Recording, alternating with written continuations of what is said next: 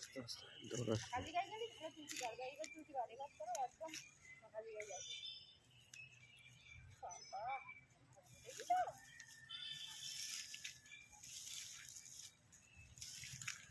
এবার বুঝতে পারছি পিছনে লোক আসছে, তাড়াতাড়ি করে যাচ্ছে।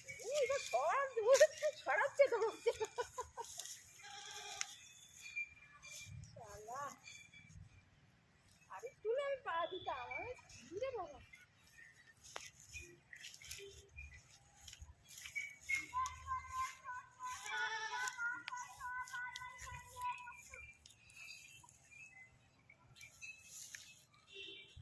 দেখিস আমার উজানটা কেটে দিচ্ছি তো।